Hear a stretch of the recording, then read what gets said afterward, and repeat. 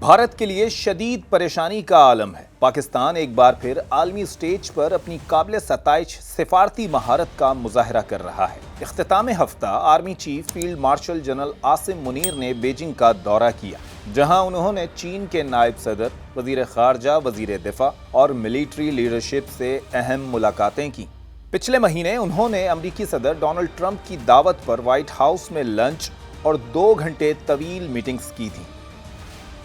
بھارت کو جنگ میں شکست دینے کے بعد army chief field marshal general Asim Munir کے ان دوروں کی اہمیت کئی گنا بڑھ گئی ہے۔ دوسری جانب نائب وزیر اعظم اور وزیر خارجہ اسحاق ڈار نے واشنگٹن میں امریکی وزیر خارجہ مارکو روبیو اور دیگر اعلیٰ حکام سے اسٹریٹجک مذاکرات کیے۔ I held a very productive meeting with Secretary of State Marco Rubio. Our dialogue spans security, energy, technology, industry, IT, AI, counter-terrorism and regional peace. We are working constructively to finalize a trade deal soon, hopefully in days, not in weeks. یہ محض اتفاق نہیں بلکہ ریاست پاکستان کی منظم سفارتکاری کا حصہ ہے، جس کا مقصد دونوں سپر پاورز یعنی واشنگٹن اور بیجنگ کے درمیان بیلنس آف ڈپلومیسی قائم کرنا ہے۔ The same day, the Pakistanis have their top leader, their military chief, who basically runs the government, the most powerful man in Pakistan, sitting in Beijing with Wang Yi within less than 24 hours. They have Ishaq Dar sitting with Marco Rubio. In one case, they are trying to get more out of their old friend and India's chronic adversary, China. On the other hand, they are trying to pull or charm the US. It has been very friendly with India for the past 20-25 years. They're trying to pull them away. Even if they pull away by 5 degrees from India, it's a net strategic gain for Pakistan. دراصل پاک Bharat cease fire کو 3 ماہ ہونے والے ہیں، لیکن دنیا میں پاکستان کی ڈیفنس اسٹریٹجی کا جادو ابھی تک سر چڑھ کر بول رہا ہے۔ 6 اور 7 مئی کی شب پاک فضائیہ نے جو کارنامہ دکھایا، اس نے انڈین ایئر فورس کی فضائی برتری کے دعوے کا پول کھول دیا، جو بھارت نے رافیل کا ہوا کھڑا کر کے برسوں سے پھیلا رکھا تھا۔ بھارتی شکست کی گواہی اب تو امریکہ سے بھی آ چکی ہے۔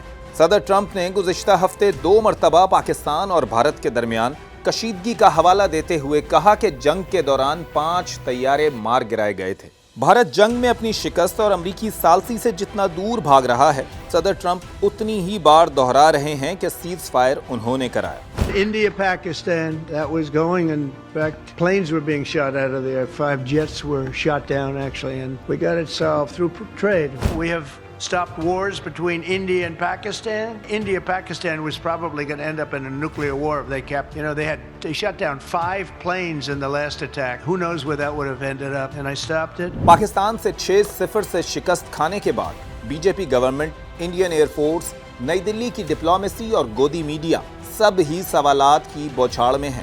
اپوزیشن لیڈر راہل گاندھی نے سوال اٹھایا ہے کہ اگر آپریشن سندور کامیاب ہوا تو صدر ٹرمپ 73 دنوں میں 25 بار سیز فائر کا کریڈٹ کیوں لے چکے ہیں؟ How can Prime Minister give a statement? کیا پرائم منسٹر کیا بولیں گے کہ ٹرمپ نے کروایا ہے؟ بول نہیں سکتے ہیں، بٹ سچائی ہے، ٹرمپ نے سیز فائر کروایا ہے، پوری دنیا جانتی ہے، ریئلٹی ہے۔ پرائم منسٹر ایک سٹیٹمنٹ نہیں دے پا رہے۔ ٹرمپ نے کتنی بار بولا ہے؟ 25 بار بولا ہے۔ ٹرمپ نے 25 بار بولا ہے کہ میں نے سیز فائر کروایا۔ ٹرمپ کون ہوتا ہے سیز فائر کرانے کا؟ اس کا کام تھوڑی ہے۔ مگر پردھان منتری نے ایک بار جواب نہیں دیا۔ تقریباً 3 ماہ کی ٹال مٹول کے بعد آج پہلی بار بی جے پی سرکار نے لوک سبھا میں پہلگام حملے کے بعد کے واقعات پر بحث رکھی، لیکن اپوزیشن کے سوالوں کے جوابات پھر بھی نہ دے سکی۔ بھارتی وزیر خارجہ جے شنکر کی تقریر کے دوران اپوزیشن کے شور شرابے میں وزیر داخلہ امت شاہ اٹھے اور وزیر خارجہ کی باتوں پر یقین کرنے کا کہتے رہے۔ وزیر دفاع راجناتھ سنگھ بھی یہ پوچھنے پر ناراض ہو گئے کہ بھارت کے کتنے طیارے گرائے گئے۔ کبھی کبھی ہمارے پرتپکش کے لوگ یہ پوچھتے رہے ہیں کہ ہمارے کتنے بیمار گئے۔ مجھے لگتا ہے ان کا یہ پرشن ہماری راشٹریہ جن بھاوناؤں کا صحیح سے پرتیندتو نہیں کر رہا ہے۔ مجھے بھارت کے کتنے پلینز گرے، بھارت کے کتنے اکوپمنٹس برباد ہوئے، بتا دیں۔ 17 جون تک میری ایک بات کی آپتی ہے، بھارت کے ودیش منتری پر بھروسہ نہیں کرو گے؟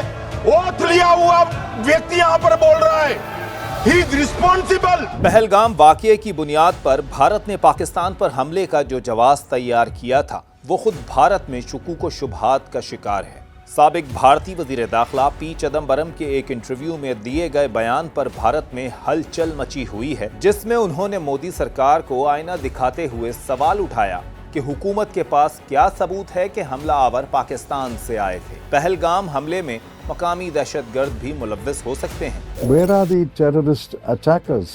Why have you not apprehended them? Why have you not even identified them? Suddenly a news item emerges that we have arrested 2 or 3 people who gave them shelter. Now what happened to that? If they gave the terrorists shelter, they will know the names, they will know where they came from, and what happened to that? There's complete silence. They are unwilling to disclose what the NIA has done all these weeks. Have they identified the terrorists, where they came from? I mean, for all we know, they could be homegrown terrorists. Why do you assume that they came from Pakistan? There's no evidence of that. They are also hiding the losses. Reuters के मुताबिक नई दिल्ली ने Washington से तो diplomatic level पर शदीद एहतजाज भी किया है। इस नाराजगी की असल वजह सदर ट्रंप की जानिब से भारतीय पसपाई को उजागर करना है। लेकिन बज़ाहिर इंडिया ने शिकायत की है कि पाकिस्तान के army chief field marshal general Asim Munir को खुसूसी तौर पर व्हाइट हाउस में दावत देना नई दिल्ली और वाशिंगटन के ताल्लुकात पर असरअंदाज हो सकता है। क्या कहा जाए कि भारत से अपनी शिकस्त छुपाए नहीं छुप रही है। पाकिस्तान ने तो पहले ही आला सतह पर पूरी दुनिया को वाज़ेह कर दिया था कि पाक फिजाइया ने 6 इंडियन फाइटर जेट्स मार गिराए हैं और ऑन माई रडार में एक्सपर्ट्स ने नाकाबिले तरदीद अंदाज में इसकी तस्दीक भी की। अहमद साहब, ये भी बड़ी इंपॉर्टेंट बात है कि पाकिस्तान ने हाईएस्ट लेवल पे ये क्लेम किया, यानी कि पाकिस्तान के director general inter services public relations ने, पाकिस्तान के इंफॉर्मेशन मिनिस्टर ने, ये CNN पे गए, ये BBC पे गए, ये स्काई पे गए, ये रॉयटर्स पे गए, टॉप क्लास इंटरनेशनल मीडिया पे जाके ये क्लेम किया कि ये हमने 5 जहाज़ जो हैं वो इंडिया के गिरा दिए हैं और इंडिया ने अभी तक उसको ऑफिशियली डिनाई नहीं किया है। इसको किसी कहीं पे भी इंडिया की इसमें डिनायल नहीं आ रहा। ये जो सर्टेनिटी है कि ये 5 गिराए गए हैं, ये कहाँ से आती है? तरीका ये होता है कि जब आप कॉम्बैट में जाते हैं तो जो वापस आके लैंडिंग के बाद जब आप वापस आते हैं तो आप क्लेम करते हैं। और आजकल तो चूंकि एनवायरनमेंट ऐसी है कि दुश्मन के और अपने जहाज रेडार्स कंटिन्यूसली देख रहे होते हैं। तो जब एक पायलट अनाउंस करता है कि मैंने फलाने जहाज को या वो जो जहाज जो टारगेट कर रहा था उसको मार दिया है, तो उसकी सर्टेनिटी वहीं पे कायम हो जाती है क्योंकि उसने मिसाइल मारा होता है और रेडार के ऊपर उसकी जो टारगेट होता है आहिस्ता आहिस्ता उसकी तस्वीर गायब हो जाती है। वो जो उसका प्लॉट आ रहा होता है, जो उसका सिंबल होता है,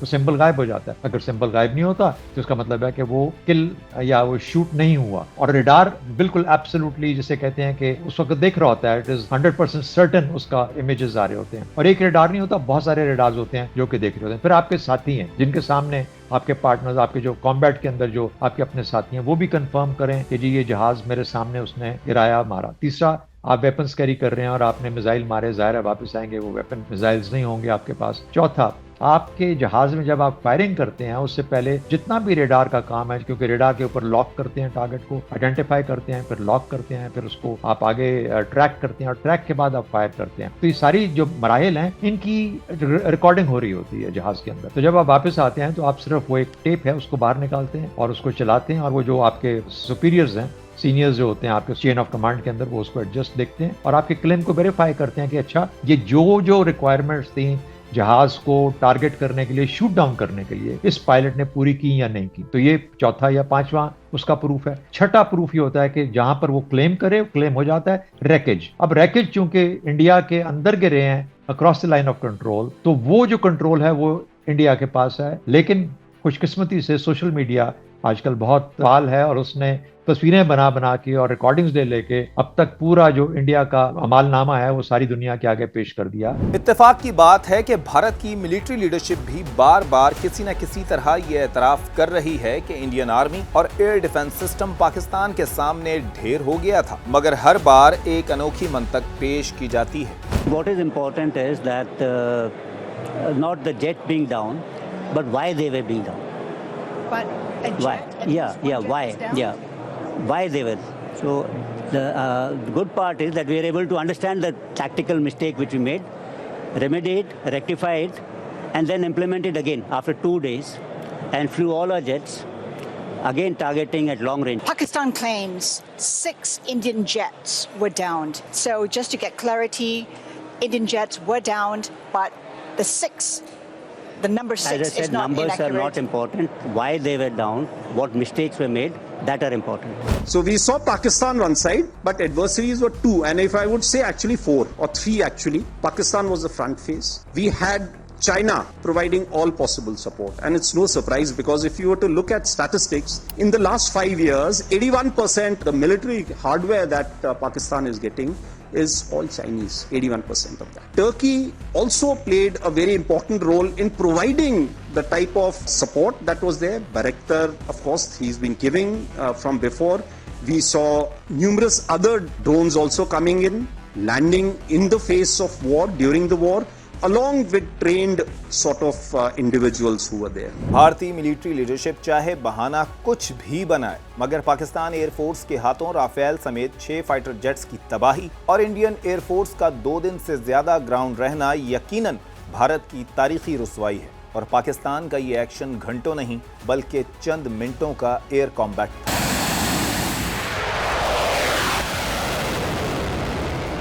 पूरी दुनिया में जंगों की हिस्ट्री का एक अनोखा सा ये चैप्टर है ना कि जंग शुरू होती है, एक मुल्क अपना जंग जो है वो शुरू करता है और ज़ाहिर है दूसरा डिफेंसिव है, and with in an hour और 2 1-2 घंटे के अंदर ही उसके 5 से 6 जहाज जिस मुल्क पे हमला किया जाता है उसकी फिजाइया गिरा देती है, वो 48 घंटे तक उड़ नहीं सकी। ये तो एक डिजास्टर की तस्वीर है जो भारत के चीफ ऑफ डिफेंस स्टाफ ने दुनिया को दिखाई है। खान साहब, मैं पहले क्लियर कर दूं, छोड़ा 6 और 7 वाली रात को जिसमें पाकिस्तान ने जहाज गिराए, 6 जहाज गिरे सिर्फ 55 मिनट के अंदर, सिर्फ 55 मिनट की जंग थी, जिसको हम कहते हैं, हम जनरलाइज करके 1 घंटे की कॉम्बैट कहते हैं, लेकिन 55 मिनट की एयर कॉम्बैट थी जिसके अंदर के 6 जहाज गिरे। ये 6 और 7 की रात है। बहुत बड़ा डिजास्टर, बहुत बड़ी एम्बेरसमेंट एक ऐसी एयरफोर्स के लिए, एक ऐसी मिलिट्री के लिए जो कि आपने आपको दुनिया की टॉप 7-8 मिलिट्रीज में गिनती है। ये कहना चाहती है कि वो मुल्क जो है वो इतना बड़ा मुल्क है, इतनी ऐसी उसकी इकोनॉमी है वगैरह वगैरह, लेकिन वो ज़हनी तौर पर और टेक्निकल पॉइंट ऑफ व्यू से और टैक्टिकल ओरिएंटेशन के पॉइंट ऑफ व्यू से, स्ट्रेटजी के हिसाब से उस लेवल पे सोच नहीं पाए जिस लेवल पे पाकिस्तानी एयरफोर्स कब से इस रास्ते पे चल रही थी और अपने आप को तैयार कर रही थी। मेरा ख्याल है उन्होंने पाकिस्तानी एयरफोर्स को बहुत हल्का लिया, पाकिस्तान की मिलिट्री कैपेसिटी को बहुत हल्का लिया। इसका झटका और धचका जो था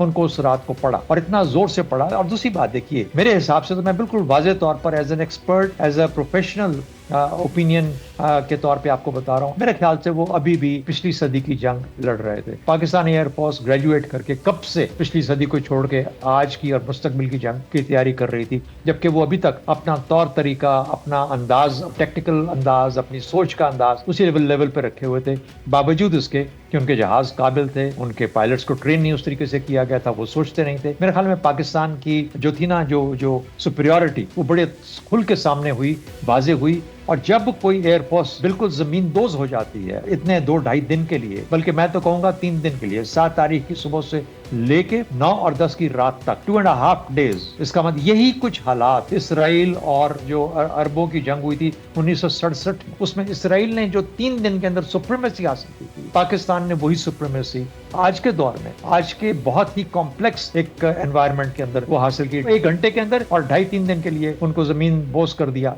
उनकी एयरफोर्स को। बहुत बड़ी कामयाबी। इंडियन एयरफोर्स के तकरीबन 180 तैयारे यलगार के लिए तैयार थे। वो राफेल के जरिए खित्ते में स्ट्रेटेजिक बर्तरी दिखाना चाहते थे, लेकिन पाक एयरफोर्स ने ऐसी टैक्टिकल और टेक्निकल महारत दिखाई कि राफेल, जिसके बारे में दावा किया जाता था कि इसका निशाना कभी नहीं चूकता, उसे वार करने का मौका ही नहीं मिला। राफेल गिरते चले गए और JS-17 और J-10 के शिकार बन गए। आखिर ये इनके साथ हुआ क्या? हमारी एयरफोर्स ने क्या किया जिसकी बुनियाद पर ये इतना बड़ा, इतना मैसिव डिजास्टर और इतनी बड़ी वॉर डिफीट हुई है? ये हुआ क्या है? अब तो हमने पूरी तरह से हमें पता होगा ना। टेक्निकल और टैक्टिकल को आपस में सिंक्रोनाइज किया गया। अब एकदम से नहीं होता ये एक पे ट्रेनिंग होती है, इसमें आपके पास इक्विपमेंट, आपके पास कैपेबिलिटीज होनी चाहिए जो कि इन सिंक होती है। ये जो मामला था ये उस तरीके से किया गया, इसमें टेक्निकल भी था, इसमें टैक्टिकल भी था। टैक्टिकल के ये लड़के हमारे माशाल्लाह जो पायलट्स हैं, they are fully trained for it. एक और चीज आपने सुनी होगी इस सवाल, एक इसे कहते हैं किल मशीन एस्टैब्लिश इस तरीके से होती है, एक आदमी पकड़ता है, दूसरा मिसाइल दागता है, तीसरा जो है उसको गाइड करता है, और चौथा अपनी स्क्रीन पे देखता है कि वो टारगेट गायब हो गया।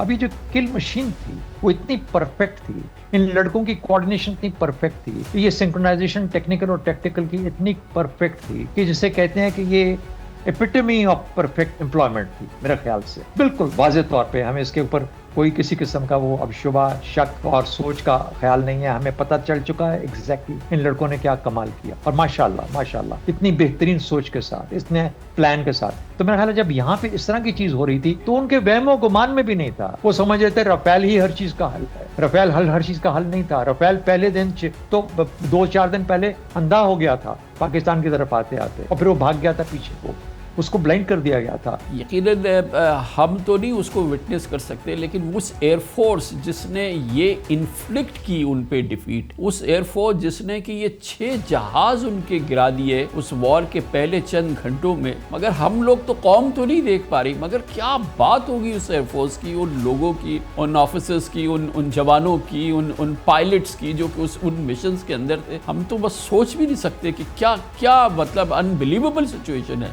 ऐसी ही सूरत हाल हमारे कंट्रोल रूम्स में थी।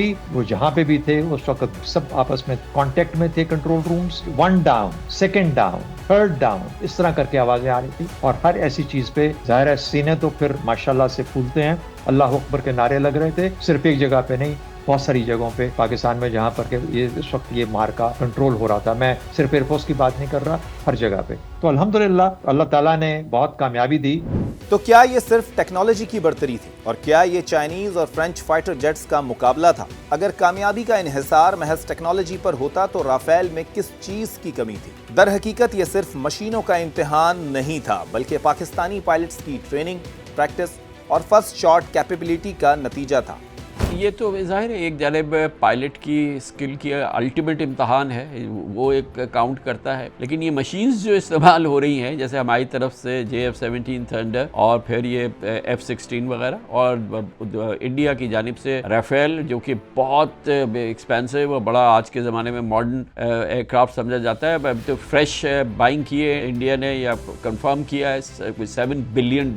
तो ये उसका बड़ा इम्तहान था राफेल का भी। और फिर एक जानिब पाकिस्तान ने अपने आप को इक्विप्ड किया है, पाकिस्तान और चाइना का जॉइंट ऑपरेशन JF-17 थंडर, फिर MiG-29 Russian top class fighter, ये तमाम चीजें, ये इन मशीनों का, इन एयरक्राफ्ट्स की भी लड़ाई थी ना सर। किसी भी जहाज के अंदर 3 चीजें बहुत ही अहम हुआ करती हैं जब ये कॉम्बैट में जाता है। जिस किस्म की कॉम्बैट आजकल लड़ी जाती है या पिछले 30 साल से लड़ी जा रही है, उसके अंदर सबसे पहले उसका एयरबोर्न जो रेडार होता है, रेडार आपका जहाज के अंदर जो लगा होता है, वो रेडार सबसे की होता है कि वो कितना दूर तक देख सकता है, कितना स्ट्रांग है, कितनी पावर है उसके अंदर, और जिस किस्म की अगर कोई जैमिंग आती है तो उसके मुकाबले में वो किस हद तक फिर भी अपना काम कर सकता है और कौन सा बेहतर कर सकता है। इसका मतलब है कि उसके अंदर काउंटर मेजर्स की कैपेबिलिटी होनी चाहिए, उसके अंदर अपनी फाइडेलिटी होनी चाहिए, उसकी जो डिस्प्ले आता है वो किस क्वालिटी का है, उसके बाद किस हद तक वो अपना ट्रैक जो है मेंटेन कर सकता है। यानी ये याद रखें कि ये सिर्फ सीधा काम नहीं है, दुश्मन भी आपको जैम कर रहा होता है, दुश्मन भी अपने मनूवर्स ले रहा होता है। तो उन तमाम चीजों का असर जो है वो आपका रेडार किस हद तक झेल सकता है, पहली बात तो ये होगी। ये असल में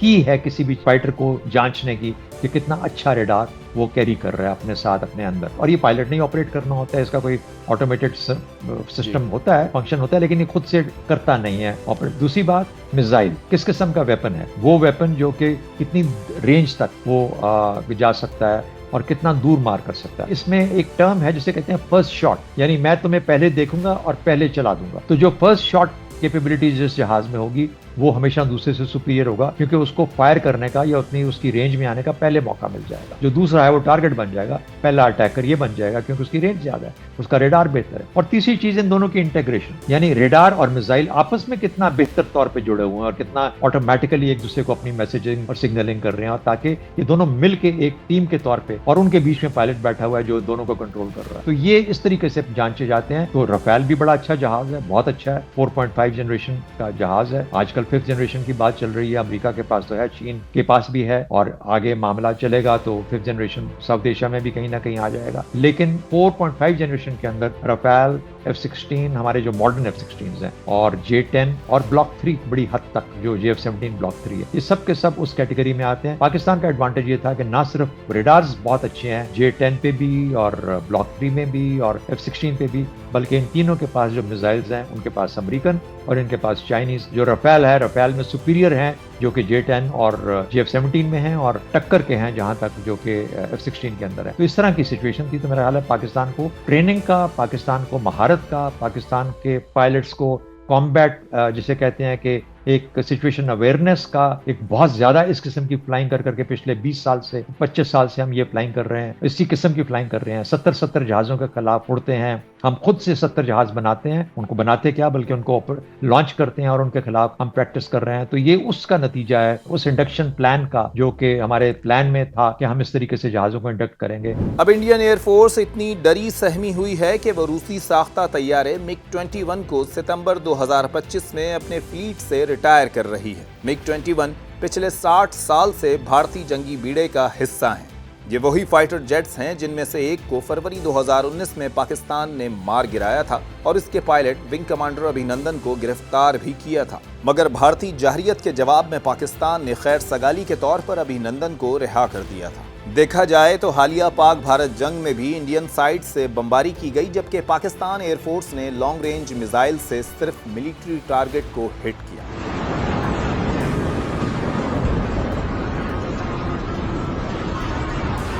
یہ کوئی ڈاگ فائٹ وغیرہ کا زمانہ تو اب نہیں ہے نا, اور بھارت نے جو پاکستان پہ ٹارگیٹنگ کی تو وہ بھی میزائل, تو یہ میزائلز کی جنگ تھی. نہیں, جو بھارت نے ڈراپ کیے وہ بامبز تھے, اور بامبز اس طرح کے جو کہ گلائڈ کر سکتے ہیں, جو کہ زیادہ لمبا سفر کر سکتے ہیں. ان کے ساتھ ونگلیٹس اٹیچ کر دیتے ہیں, چھوٹے چھوٹے ونگز, جو کہ اس کو میزائل کی طرح کا بنا دیتے ہیں, اور وہ پھر لمبا سفر کر کے وہاں تک پہنچ سکتا ہے. 30-35 میل تک جانا کوئی بہت مشکل بات نہیں ہے, اس سے بھی زیادہ جا سکتے ہیں. تو ایک تو یہ بات ہوگی کہ انہوں نے بامبنگ کی, بامبز کو ساتھ کٹس لگا کے, ہاں کچھ آپ جس کو آپ کروز میزائل بولیں گے اس طرح کی ایک آدھ چیز کوئی ان کو کیری کرے جو کہ کٹس یوز کرتے ہیں اس کے لیے. جہاں تک پاکستان ایئر فورس کا تعلق تھا, پاکستان ایئر فورس کی یہ ڈاگ فائٹ تھی. ڈاگ فائٹ اب ایک 65 والی ڈاگ فائٹ ہوتی تھی, اب 71 والی ڈاگ فائٹ, یعنی کہ جب جہاز بہت قریب آپس میں گنز کے ساتھ مارتے تھے. پھر جب میزائلز کا زمانہ آیا تو میزائلز کے ساتھ آپ نے 3-3, 4-4 میل دور رہ کے, 2 میل دور رہ کے میزائل سے مارنا شروع کیا. وہ بالکل ملنے کی, ایک دوسرے کے ساتھ ٹکرانے کی جیسے کیفیت آ جاتی تھی, وہ اس کی گنجائش نہیں رہی, ضرورت بھی نہیں تھی. تیسری جو چیز سچویشن آئی ہے, اب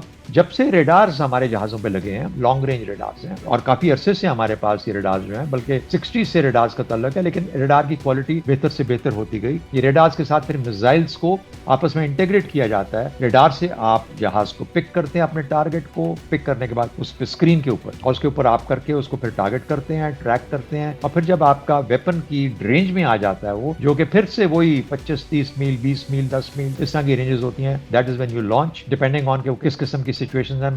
وہ میتھمیٹیکل سولوشنز آلریڈی پیڈ ان ہوتے ہیں جو کہ آئیڈینٹیفائی کرتے ہیں کہ اب آپ کا میزائل اس رینج میں ہے کہ آپ اس کو لانچ کر سکتے ہیں. لانچ کرنے کے بعد جہاز کو کچھ دیر تک جانا پڑتا ہے ٹارگٹ کی طرف, اور پھر جب اپنا ریڈار میزائل کا ایکٹیویٹ ہو جاتا ہے آٹومیٹیکلی, اور اس کا مطلب ہے کہ اب وہ 100% اپنے ٹارگٹ کو پہچان گئے, ورنہ اس سے پہلے گائیڈنس پیرنٹ ایئر کرافٹ سے لے رہا, مدر ایئر کرافٹ سے لے رہا ہوتا ہے. تو اس طرح کی آج کل کی کامبیٹ ہے جو کہ بہت ہی انٹینس ہوتی ہے, بہت مشکل ہوتی ہے, اور بہت نرو ریکنگ ہوتی ہے, بہت پسینے والی ہوتی ہے, اور سچویشن اویئرنیس بے انتہا ضروری ہے. یہ ویڈیو گیم نہیں ہے. بہرحال پاک بھارت جنگ کے نتیجے میں ویسٹرن ٹیکنالوجی کی برتری کا سحر ٹوٹا.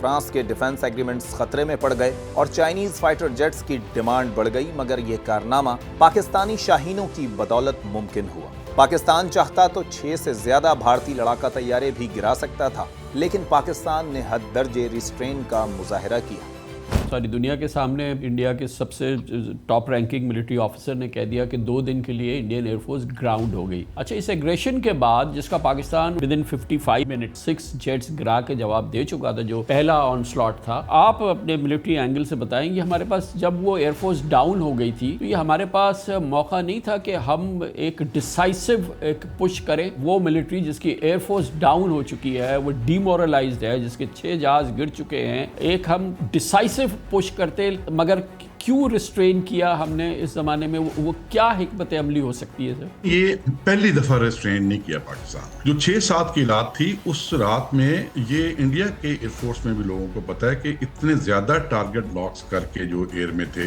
सिर्फ 6 जहाज तो नहीं थे एयर में, तो 6 से बहुत ज्यादा जहाज भी कराए जा सकते हैं, लेकिन 100 से ज्यादा जहाज। लेकिन ये मुझे पता है कि एयर चीफ की स्पेसिफिक इंस्ट्रक्शंस थी कि किस हद तक जाना है। तो ये तो एक ऐसी कॉन्फ्लिक्ट थी जिसको कन्वेंशनली इतने स्ट्रॉन्ग तरीके से पाकिस्तान ने हैंडल कर लिया कि उस तरफ जाने की जरूरत ही नहीं थी। इसी तरह जब वाकया हुआ बालाकोट वाला, उस वक्त भी जिस जगह को टारगेट किया गया, जो उनके हेडक्वार्टर्स थे, उससे बहुत ज्यादा टारगेट्स लिए जा सकते थे। अब ऐसा क्यों नहीं कर रहे? मैंने देखा है कि 15-20 साल से आर्मी की सीनियर लीडरशिप में, आर्म फोर्सेस की सीनियर लीडरशिप में ये बड़ी अवेयरनेस है कि हम दोनों के पास न्यूक्लियर वेपन्स हैं और एस्केलेट करना आसान है, एस्केलेशन को कंट्रोल करना बहुत मुश्किल है। इसलिए जब हमें अपना दिफा करना है तो we will defend with everything we have, with our heart and soul, बहुत रेजोल्यूटली करेंगे, लेकिन हम एस्केलेट नहीं करेंगे। अच्छा, एस्केलेट जब आप करते हैं तो उसका एक इफेक्ट तो मिलिट्री कॉन्फ्लिक्ट पे होता है, लेकिन उसका डिप्लोमेसी और पॉलिटिक्स और इंटरनेशनल रिलेशंस पे भी एक इफेक्ट।